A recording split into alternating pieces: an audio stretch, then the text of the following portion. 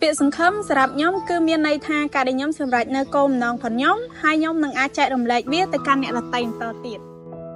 ក្តីសង្ឃឹមសម្រាប់ខ្ញុំគឺនៅពេលដែលខ្ញុំបានឃើញមនុស្សជុំវិញខ្លួនរបស់ខ្ញុំញញឹម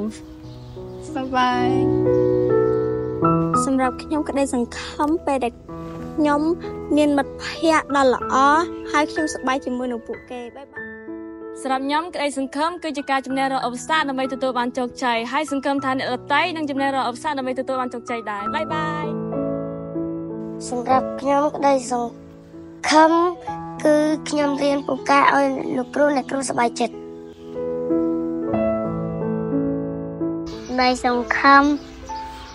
ខ្ញុំសប្បាយខ្ញុំមានលោកគ្រូវិញបាយសម្រាប់ខ្ញុំក្តីសង្ឃឹមគឺពេលខ្ញុំអាចមានសុខភាពល្អខ្ញុំអាចលេងសប្បាយដូចជាក្មេងដទៃទៀត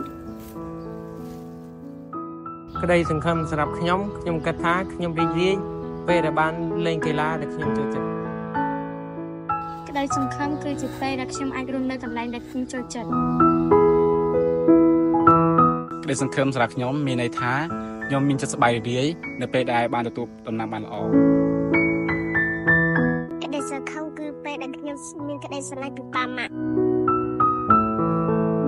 ក្តីសង្ឃឹមគឺនៅពេល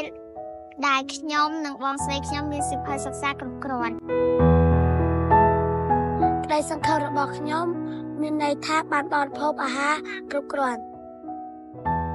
ក្តីសង្ឃឹមសម្រាប់ខ្ញុំមានន័យថាខ្ញុំនឹងក្លាយជាជាងឡានមួយដ៏ល្អ